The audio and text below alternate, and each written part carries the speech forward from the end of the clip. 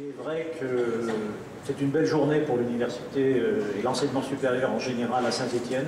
Une belle journée parce que ce forum est un nouveau succès qui ne se dément pas depuis de nombreuses années, qui est vraiment très utile à de très nombreux jeunes qui ont besoin des conseils apportés directement par de nombreux professeurs et maîtres de conférences de notre université, de nos grandes écoles. Je le souligne parce que on sait bien que ça fait partie des tâches des enseignants-chercheurs, mais bon, c'est un effort qui est vraiment méritoire et qui est très utile aux jeunes qui ont besoin effectivement de conseils approfondis dans une très belle journée, qui peut d'ailleurs être complétée par une autre journée et d'autres moments qui vont se concrétiser à travers les développements de la formation d'ingénieurs par apprentissage à l'ISTP, qui a un projet d'augmentation considérable de son nombre d'ingénieurs et d'installation sur le site à Saint-Étienne de PCI-SEM, donc une forme de campus industriel.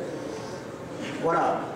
Aujourd'hui, c'est surtout les questions d'information et d'orientation, mais je voulais simplement souligner que Saint-Étienne et Saint-Étienne Métropole, agglomération étudiante et agglomération universitaire, agglomération de recherche, c'est plus un slogan depuis très longtemps et nous franchissons chaque année des étapes supplémentaires qui sont déterminantes pour l'avenir de l'agglomération.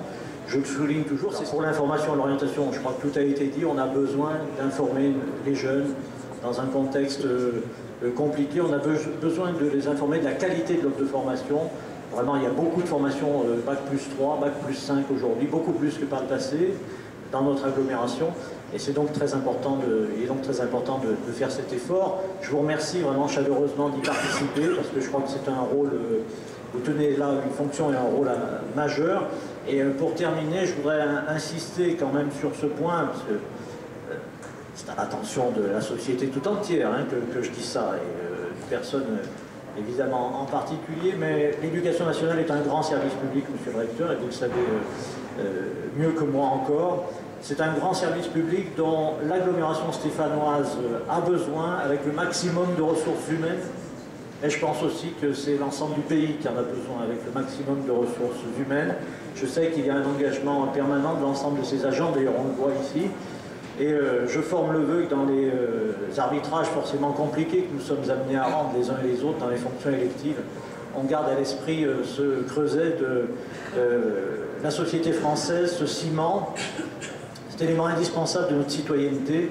Et c'est ce facteur éminemment décisif dans la compétitivité internationale pour former justement les nouvelles générations et permettre le développement d'activités économiques, d'emploi. L'éducation tient vraiment un rôle essentiel dans notre société. Je voulais le rappeler parce que c'est utile, je crois, de le faire les uns et les autres en certaines circonstances. Je vous remercie.